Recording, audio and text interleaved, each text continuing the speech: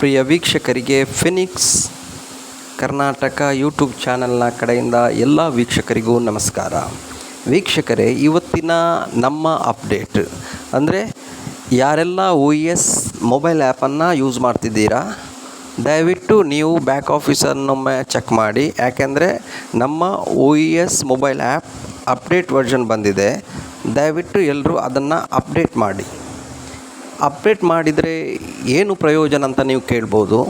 ಯಾಕೆಂದರೆ ಅಪ್ಡೇಟ್ ಮಾಡ್ತಾ ಇದ್ದರೆ ಮೊಬೈಲ್ ಆ್ಯಪನ್ನು, ಅಂದರೆ ಕಂಪನಿ ಕಡೆಯಿಂದ ಅಪ್ಡೇಟ್ ಬರುವಾಗ ಅದನ್ನು ನಾವು ಅಪ್ಡೇಟ್ ಮಾಡ್ತಿದ್ರೆ ಆ ಒಂದು ಮೊಬೈಲ್ OS ಆ್ಯಪಲ್ಲಿ ಹೊಸ ಹೊಸ ಫ್ಯೂಚರ್ಗಳನ್ನು ಕಂಪನಿ ಆ್ಯಡ್ ಮಾಡಿರ್ತದೆ. ಹಾಗಾಗಿ ನಾವು ಆವಾಗವಾಗ ಅದನ್ನು ಅಪ್ಡೇಟ್ ಮಾಡ್ತಾ ಇರಬೇಕು. ನೀವು ಅಪ್ಡೇಟ್ ಮಾಡುವ ವಿಧಾನವನ್ನು ನಿಮಗೆ ತಿಳಿದಿರ್ಬೋದು. ನೀವು ಗೂಗಲ್ ಪ್ಲೇಸ್ಟೋರಿಗೆ ಹೋಗಿ ನಮ್ಮ ಅಫಿಷಿಯಲ್ OS ವಿಭಾಗದಲ್ಲಿ ಅದನ್ನು ಡೌನ್ಲೋಡ್ ಮಾಡ್ಬೋದು. ಇಲ್ಲದಿದ್ದರೆ ಆಲ್ರೆಡಿ ನಿಮ್ಮ ಹತ್ರ OS ಮೊಬೈಲ್ ಆ್ಯಪನ್ನು ನೀವು ಡೌನ್ಲೋಡ್ ಮಾಡ್ತಾ ಇದ್ದರೆ, ನೀವು OS ಮೊಬೈಲನ್ನು ಓಪನ್ ಮಾಡಿದ ತಕ್ಷಣ ಅದು ಅಪ್ಡೇಟ್ ಕೇಳ್ತದೆ. ಆವಾಗ ನೀವು ಅಪ್ಡೇಟನ್ನು ಆರಾಮವಾಗಿ ಮಾಡ್ಬೋದು. ಅಪ್ಡೇಟ್ ಮಾಡ್ತಾ ಇದ್ದರೆ ತುಂಬ ನಮಗೆ ಪ್ರಯೋಜನ ಏನಂದರೆ, ನಾನು ಈಗಾಗಲೇ ಹೇಳಿದ ಹಾಗೆ ಬೇರೆ ಬೇರೆ ಫ್ಯೂಚರ್ಗಳನ್ನು ಅದರಲ್ಲಿ ಅಳವಡಿಸ್ತಾರೆ ಕಂಪನಿಗಳು, ಅಂದರೆ ಆ್ಯಡ್ ಮಾಡಿರ್ತಾರೆ. ಅದರಿಂದ ನಮಗೆ ತುಂಬ ಹೆಲ್ಪ್ ಆಗಲಿದೆ, ಅಂದರೆ ಯೂಸ್ ಮಾಡಲಿಕ್ಕೆ. ಮತ್ತು ಬೇರೆ ಬೇರೆ ರೀತಿಯ ಫ್ಯೂಚರ್ಗಳನ್ನು ಕೂಡ ಆ್ಯಡ್ ಮಾಡ್ತಾರೆ. ಮತ್ತು ಅದನ್ನು ಪೇಮೆಂಟ್ ಮೆಥಡ್ ಅಥವಾ ನಾನಾ ರೀತಿಯ ಫ್ಯೂಚರ್ಗಳನ್ನು ಆವಾಗವಾಗ ಅದನ್ನು ಆ್ಯಡ್ ಮಾಡ್ತಾ ಇದ್ದಾರೆ. ಆದ್ದರಿಂದ ಅದನ್ನು ನಾವು ಎಲ್ಲರೂ ಅದನ್ನು ಅಪ್ಡೇಟ್ ಮಾಡ್ತಾನೆ ಇರಬೇಕು. ಯಾಕೆಂದರೆ ನಾವು ಆನ್ಪ್ಯಾಸಿವ್ ಕಂಪನಿಯ ಫೌಂಡರ್ ಆದ ಕಾರಣ ನಾವೆಲ್ಲರೂ ಅದನ್ನು ಅಪ್ಡೇಟ್ ಮಾಡ್ತಾನೆ ಇರಬೇಕು. ಇನ್ನೊಂದು ವಿಷಯ ಏನಂದರೆ, ನಮ್ಮ ಆ್ಯಶ್ನವರು ನಿನ್ನೆ ಹೇಳಿದ ಹಾಗೆ, ಮೊನ್ನೆ ಒಂದು ವೆಬಿನಾರಲ್ಲಿ ಹೇಳಿದ ಹಾಗೆ, ಈ ತಿಂಗಳ ಕೊನೆಗೆ ಅಥವಾ ಮೇ 15ರ ಒಳಗಡೆ ನಾವೆಲ್ಲರಿಗೂ ಒಂದು ಗುಡ್ ನ್ಯೂಸನ್ನು ಕೊಡ್ತೇನೆ ಅಂತ ಹೇಳಿದ್ದಾರೆ. ಆದರೆ ಅದು ಯಾವುದೇ ಕಾರಣಕ್ಕೂ ಅವರು ದಿನಾಂಕವನ್ನು ಎಲ್ಲಿ ಕೂಡ ಹೇಳಿಲ್ಲ. ಅಂದರೆ ಈ ತಿಂಗಳು,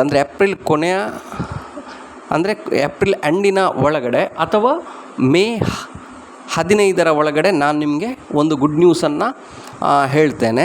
ಇದರಿಂದ ನಿಮಗೆಲ್ರಿಗೂ ಕೂಡ ಆ ಒಂದು ನ್ಯೂಸನ್ನು ಕೇಳಿದರೆ ಸಂತೋಷ ಆಗ್ಬೋದು ಅಂತ ಕೂಡ ಅವರು ಹೇಳಿದ್ದಾರೆ. ಯಾಕೆಂದರೆ ತುಂಬ ಜನರು ಈಗ ಬೋನಸ್ ಮತ್ತು ಕಮಿಷನ್ಗಾಗಿ ವಿಡ್ರಾ ಮಾಡಿಟ್ಕೊಂಡಿದ್ದಾರೆ. ಅವರಿಗೆ ಫಸ್ಟಾಗಿ ಅವರ ಅಕೌಂಟ್ಗೆ ಇನ್ಕಮ್ ಬೀಳಬೇಕು.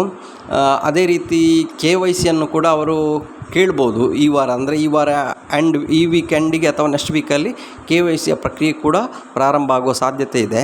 ಹಾಗಾಗಿ ಯಾರೂ ಕೂಡ ನಮ್ಮ ಆನ್ಪ್ಯಾಸಿವ್ ಕಂಪನಿಯಲ್ಲಿರುವ ಫೌಂಡರ್ಸ್ಗಳು ಯಾರೂ ಕೂಡ ನೀವು ನಿರಾಶರಾಗಬೇಡಿ. ಯಾಕೆಂದರೆ ನಾವು ಹೇಳಿದ ಟೈಮ್ಗೆ ನಮಗೆ ಸರಿಯಾದ ರೀತಿಯಲ್ಲಿ ಇನ್ಕಮ್ ಕೂಡ ಬರಲಿಲ್ಲ. ಕಂಪನಿಯಿಂದ ಕರೆಕ್ಟಾದ ಒಂದು ಮಾಹಿತಿ ಕೂಡ ನಮಗೆ ಸರಿಯಾಗಿ ಸಿಗ್ತಾ ಇಲ್ಲ. ಹಾಗಂತ ಯಾರೂ ಕೂಡ ಬೇಸರ ಮಾಡಬೇಡಿ. ಯಾಕೆಂದರೆ ಆ್ಯಶ್ನವರು ಮೊನ್ನೆ 18ಕ್ಕೆ ನಡೆಯಬೇಕಾಗಿದ್ದ ಒಂದು ವೆಬಿನಾರಲ್ಲಿ ಭಾಗವಹಿಸದ ಕಾರಣ ಅವರು ಅದರ ಬಗ್ಗೆ ಎಕ್ಸ್ಕ್ಯೂಸ್ ಕೂಡ ಕೇಳಿದ್ದಾರೆ. ಯಾವ ರೀಸನ್ನಿಂದಾಗಿ ಅವರು ಅಲ್ಲಿ ಭಾಗವಹಿಸಲಿಕ್ಕೆ ಆಗಲಿಲ್ಲ ಅಂತ ಕೂಡ ಹೇಳಿದ್ದಾರೆ. ಹಾಗಾಗಿ ಆ ಒಂದು ವಿಷಯ ನಾವು ಬದಿಗಿಡೋಣ. ನೋಡುವ, ಈ ತಿಂಗಳು ಕೊನೆಗೆ ಅಥವಾ ಮೇ 15ರ ಒಳಗಡೆ ನಮ್ಮೆಲ್ಲ ಕಂಪನಿ ಎಲ್ಲ ಫೌಂಡರ್ಗಳಿಗೆ ಏನಾದರೂ ಒಂದು ಕಂಪನಿ ಕಡೆಯಿಂದ ಶುಭ ಸಂದೇಶ ಸಿಗ್ಬೋದು ಅಥವಾ ಗುಡ್ ನ್ಯೂಸ್ ಕೂಡ ಸಿಗ್ಬೋದು ಅನ್ನುವ ಭರವಸೆಯಲ್ಲಿ ನಾವಿದ್ದೇವೆ. ನಾನಂತಲ್ಲ, ನಮ್ಮೆಲ್ಲ ಫೌಂಡರ್ಗಳು ಕೂಡ ಭರವಸೆಯಲ್ಲಿದ್ದೇವೆ. ಅದು ಸದ್ಯಕ್ಕೆ ನಾವು ನಿರೀಕ್ಷೆ ಏನು ಮಾಡ್ತೇವೆ ಆ ರೀತಿಯಲ್ಲಿ ನಮಗೆ ಸಿಗ್ಬೋದು. ಇನ್ಕಮ್ ಮತ್ತು ಕಮಿಷನ್ ಬೋನಸ್ ಎಲ್ಲ ಸಿಗ್ಬೋದು. ಕಂಪನಿ ಈ ಮೊದಲೇ ಹೇಳಿದಾಗೆ $10 ಮಿಲಿಯನ್ ಅನ್ನು ಯಾರೆಲ್ಲ ವಿಡ್ರಾಲ್ ಮಾಡಿಟ್ಟಿಟ್ಕೊಂಡಿದ್ದಾರೋ ಅವರಿಗೆ, ಮತ್ತು ಯಾರೆಲ್ಲ ಕನೆಕ್ಟನ್ನು ಬೈ ಮಾಡಿದ್ದಾರೋ ಅವರಿಗೆ ಅದರಿಂದ ಬಂದಂಥ ಕಮಿಷನನ್ನು ನಾವು ರೆಡಿ ಮಾಡಿ ಇಟ್ಕೊಂಡಿದ್ದೇವೆ ಅಂತ ಕೂಡ ಕಂಪನಿ ಹೇಳಿದೆ. ಅದೇ ರೀತಿ ಇನ್ನೊಂದು ಮಾಹಿತಿಯ ಪ್ರಕಾರ ಈಗಾಗಲೇ ನಮ್ಮ ಕಂಪನಿಗೆ ತುಂಬ ಟ್ರಾಫಿಕ್ ಕೂಡ ಬಂದಿದೆ, ಅಂದರೆ ತುಂಬ ಇನ್ಕಮ್ ಕೂಡ ಜನ್ರೇಟ್ ಆಗಿದೆ ಅಂತ ಹೇಳ್ತಾ ಇದ್ದಾರೆ.